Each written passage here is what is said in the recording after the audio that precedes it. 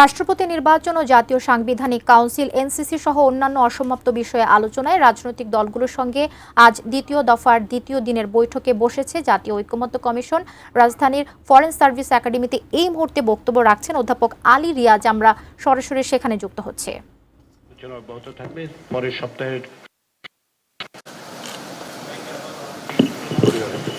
উপস্থিত হওয়ার জন্য এবং আমরা আজকে বিকেল 5:30 অধিকাংশ ক্ষেত্রে বিকেলের দিকে সন্ধ্যার দিকে আপনাদের বেশ কিছু দলীয় সাংগঠনিক কাজের জন্য আপনাদের কার্যালয়ে যেতে হয়, কর্মীদের সাথে যোগাযোগ করতে হয় সেটা, এবং ক্ষেত্র বিশেষে আপনাদের নীতি নির্ধারকদের কাছে আপনাদের যেতে হয় আলোচনার জন্য।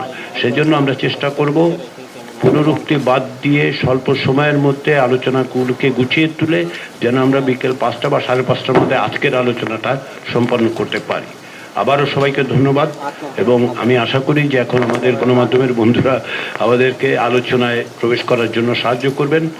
আপনারা চলে গেলেই আমরা আলোচনাটা শুরু করতে পারবো। ধন্যবাদ।